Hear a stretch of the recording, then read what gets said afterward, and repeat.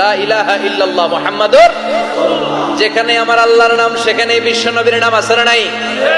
আজান যখন দেই আল্লাহু আকবারের পরে বিশ্ব নবীর নাম আছে না নাই?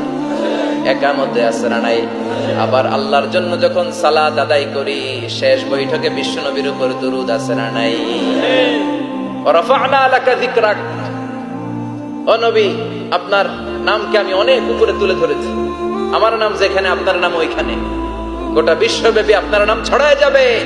ওরা আপনারে গালি দেয় কবি বলে, ওরা গালি দেয় গণক বলে, ওরা বলে আপনি আফতার লেস কাটা, আসলে যারা আপনারে গালি দেয় ওরাই লেস কাটা।